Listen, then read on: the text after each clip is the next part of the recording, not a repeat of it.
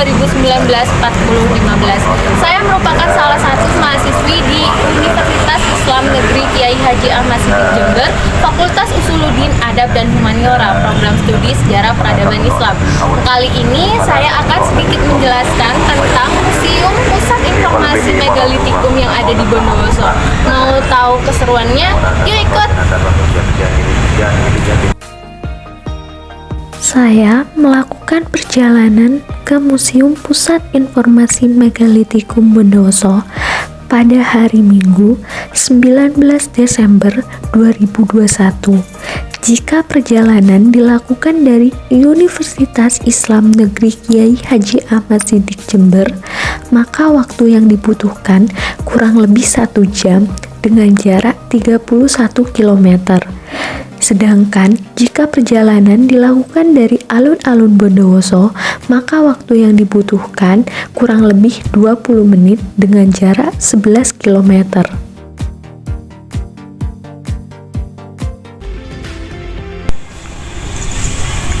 Nah teman-teman, sekarang Melda udah nyampe di Museum Pusat Informasi Megalitikum yang ada di Bondowoso. Ingin tahu apa saja benda yang ada di museum ini? Yuk ikutin Melda!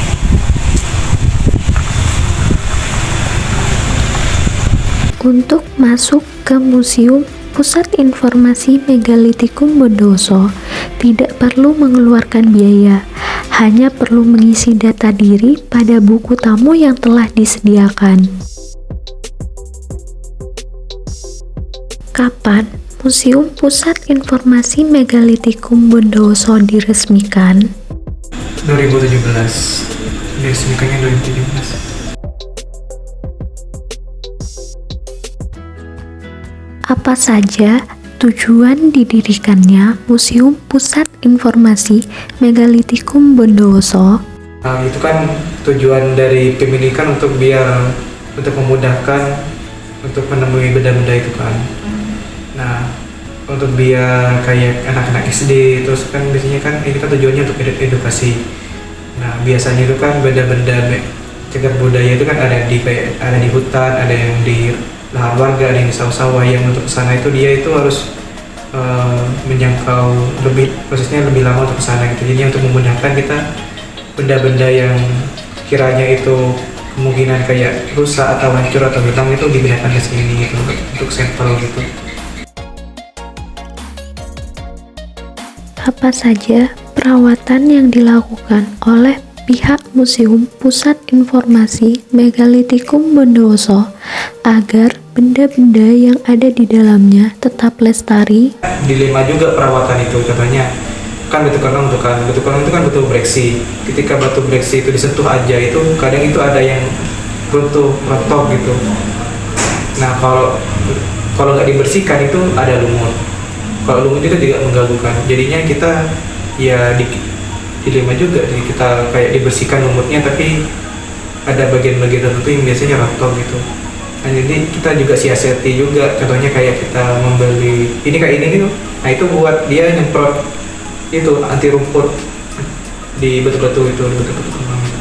Gak cuma batu yang ada di sini tapi juga ada yang di luar. Apa saja tugas juru pelihara yang ada di Museum Pusat Informasi Megalitikum Bondowoso? Terus juga kan ada juru pelihara kan, atau juru pelestari. Nah mereka itu yang biasanya membersihkan dan merawat benda-bendanya itu. Contohnya kayak bersihin di sekitarnya, areanya untuk bersihkan daerah sekitarnya, kayak bersihkan rumputnya. Terus dia juga kadang juga mengantarkan ke situs-situsnya. Contohnya kayak ada orang yang mau pergi ke batu ini, ya itu juga juru pelihara itu juga siap mengantarkan gitu.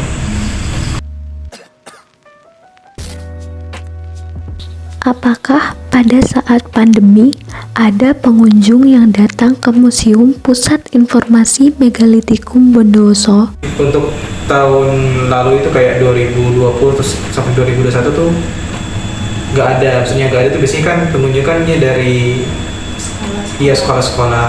Nah untuk akhir-akhir ini mulai ada kunjungan gitu dari anak sekolah-sekolah karena kan sudah kayaknya pada pandemi sudah turun gitu.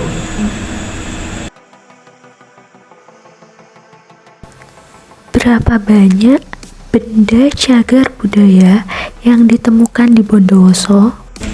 Kalau di Bondowoso sendiri itu yang kalau berhasil ditemukan tuh sekitar ada 2000. Yang terregistrasi itu sekitar 1800. Bagaimana cara Museum Pusat Informasi Megalitikum Bondowoso menarik pengunjung? Kalau menurut aku sih dari segi selain juga dari tempatnya sendiri juga dari promosi kalau menurut aku. Tapi lebih dari itu juga kita juga menggabungkan atau mengajak masyarakat untuk juga melestarikannya gitu. Karena kalau kita mau lihat walaupun kita juga maksudnya dari pemerintah gitu ya melakukan pelestarian, tapi benda-benda cagar budaya itu lebih banyak berada di lahan warga. Apakah batu jai yang ada di Museum Pusat Informasi Megalitikum Bondowoso memang ditemukan di tempat ini atau ditemukan di tempat lain kemudian dipindahkan? Kalau itu batu replika, replikanya batu jai itu kan ada di timur kan ada batu rumah putih kan, dulu ditemukan di sana kalau yang asli, sekarang dipindahkan ke Museum Hutan Tular. Karena dulu itu di Bondowoso masih belum ada museum atau tempat yang prefer untuk menyimpan, jadinya dipindahkan ke Museum Hutan Tular itu. Tetapi kalau yang asli saat ini kan ada batu jai sama batu nyai. Kalau batu nyai itu ada di belakang rumah itu, yang di situ. Kenapa dia hancur ini pada membelah itu? Karena waktu dia muncul di permukaan kan tak pegang gitu, itu kayak jelly. Ketika itu nggak safety anunya megangnya itu nanti dia bisa patah gitu. Berlibur ke Bondowoso sama halnya dengan berwisata sekaligus edukasi. Mengapa demikian? Karena di Bondowoso menyimpan banyak sekali sejarah, mulai dari sejarah nasional hingga sejarah pada zaman prasejarah, tepatnya pada zaman Megalitikum. Di Bondowoso terdapat museum yang bernama Museum Pusat Informasi Megalitikum Bondowoso yang dibangun oleh pemerintah kabupaten sebagai sarana edukasi untuk memperoleh informasi. Museum ini terletak di Jalan Purbakala, Daringan Tengah, Desa Pekauman, Kecamatan Grujugan, Bondowoso. Di museum ini terbagi menjadi dua ruangan, outdoor dan indoor. Ruangan outdoor terdiri dari benda-benda yang berukuran besar, mulai dari batu kenong, menhir, dolmen, batu dakon, sarkofagus, sumur Majapahit, dan juga replika batu jai yang dijadikan simbol atau ikon dari museum ini. Sementara yang berada di indoor terdiri dari arca megalit, arca kepala manusia, gilingan, palus, lumpang batu, koin, keris, bekal kubur, manik-manik, dan beberapa jenis peninggalan sejarah yang lainnya. Di museum ini terdapat paseban yang cukup luas, bisa dijadikan untuk tempat diskusi yang bisa digunakan tanpa harus menyewa alias gratis. Situs peninggalan Megalitikum di Bondowoso banyak tersebar di beberapa kecamatan, di antaranya Kecamatan Grujugan, Kecamatan Tamanan, Kecamatan Pujer, Kecamatan Wonosari, Kecamatan Kelabang, Kecamatan Tapen, Kecamatan Bondowoso, Kecamatan Cerme, Kecamatan Telogosari, Kecamatan Curadami, Kecamatan Wringin, Kecamatan Taman Krocok, Kecamatan Sukosari, Kecamatan Sumber Wringin, Kecamatan Binakal, dan juga Kecamatan Tegalampel. Di Bondowoso terbilang cukup lengkap dalam hal situs Megalitikum. Mengapa tidak? Karena mulai dari dolmen, menhir, sarkofagus, arca, batu kenong, batu lumpang, manik-manik, dan beberapa peninggalan di zaman megalitikum dapat ditemukan di Bondowoso. Zaman megalitikum adalah zaman di mana manusia telah bisa membuat hasil kebudayaan yang terbuat dari batu-batu besar. Maka jangan heran jika ada Stonehenge ala Nusantara di Bondowoso.